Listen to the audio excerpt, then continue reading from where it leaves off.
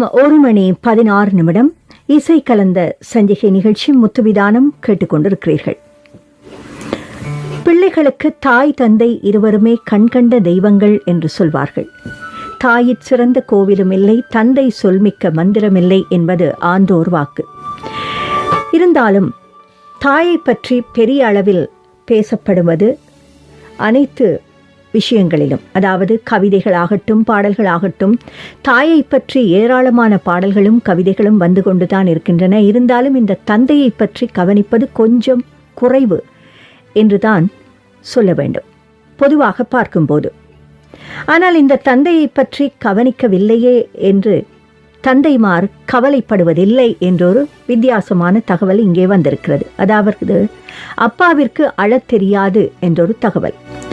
குடும்பத்திற்காக மாடாய் உழைத்த போதும், பிள்ளைகளின் பசியாற்ற ஓடாய் தேய்ந்த போதும், என்னடா வாழ்க்கை இது என்று ஒரு நாளும் அந்த தந்தை அழுதிருக்கவே மாட்டார். மனைவியை நெஞ்சில் சுமந்து, பிள்ளைகளை தோளில் சுமந்து, குடும்ப பொறுப்புகளை தலையில் சுமந்து, போகும் வழி தெரியாமல் விழி பிதுங்கி நின்ற போதும், தான் கலங்கினால் குடும்பம் உடைந்துவிடும் என கல்லாய் நின்றவர்.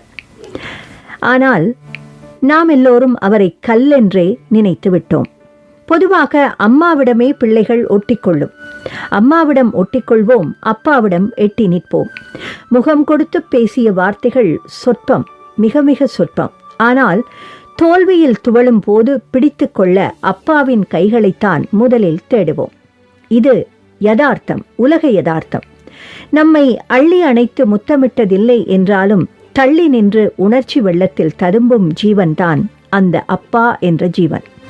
நாம் உண்ணும் சோறும் உடுத்தும் உடையும் படித்த படிப்பும் அப்பாவின் வேர்வையில்தான் என்று ஒரு நாளும் அந்த தந்தை சொல்லிக் காட்டியதே இல்லை. நேரில் நம்மிடம் 4 வார்த்தை கூட பேசாதவர், ஆனால் ஊர் முழுக்க நம்மை பற்றித்தான், அதாவது பிள்ளைகளை பற்றித்தான் பெருமையாக பேசித் திரிவார் தந்தை. அம்மாவின் பாசத்தை அங்கலாய்க்கும் நாம் அப்பாவின் பாசத்தை உணரக்கூட இல்லையோ என்று தோன்றுகிறது.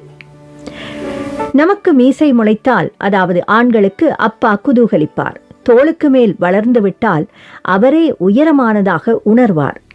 வாழ்க்கையில் நம்மை முன்னே நடக்கவிட்டு பின்னே நின்று பெருமிதத்துடன் ரசிப்பார். நமது வாழ்க்கையின் பின்னால் அப்பா எப்போதுமே இருப்பார். அப்பாவிற்கு பாசத்தை வெளிப்படுத்த தெரியாது, அப்பாவிற்கு கொஞ்ச தெரியாது, அப்பாவிற்கு போலியாய் இருக்க தெரியாது, அப்பாவிற்கு தனது கஷ்டத்தை வெளிக்காட்ட தெரியாது, அப்பாவிற்கு தனக்காக எதையும் சேர்த்து வைத்துக் கொள்ளவும் தெரியாது, அவருக்கு அழவும் தெரியாது. வளர்த்த கடா மார்பில் பாய்ந்த போதும், ஒருவேளை சோற்றுக்காக மருமகளுக்கு வேலைக்காரனாய் மாறிப்போன போதும், முதியோர் இல்லத்திற்கு தூக்கி வீசப்பட்ட போதும் அப்பா அழுதவர் இல்லை. நமது சந்தோஷத்திற்காகவே எதையும் தாங்கும் ஆன்மாதான் இந்த அப்பா. பாசமோ மன்னிப்போ அழுகையோ உணர்வுகளை அவரிடம் உடனேயே வெளிப்படுத்தி விடுங்கள். இனியாவது ஒருவேளை உங்கள் நண்பனின் அப்பாவுடைய மரணமோ, அல்லது உங்கள் அப்பா வயதுடைய யாரோ ஒருவரின் மரணமோ உங்களை புரட்டி போட்டு அவர் பாசம் புரிந்து நீங்கள் அப்பாவை தேடி ஓடி வரும் போது வீட்டில் அப்பா சிரித்து கொண்டிருக்கலாம். எங்கே? புகைப்படத்தில். பாவம், அவருக்குத்தான் அழவே தெரியாதே. எனவே தந்தைமாரை இருக்கும் போதே கவனிக்க வேண்டும் என்பதே இந்த தகவல் நமக்கு விளக்கி நிற்கிறது.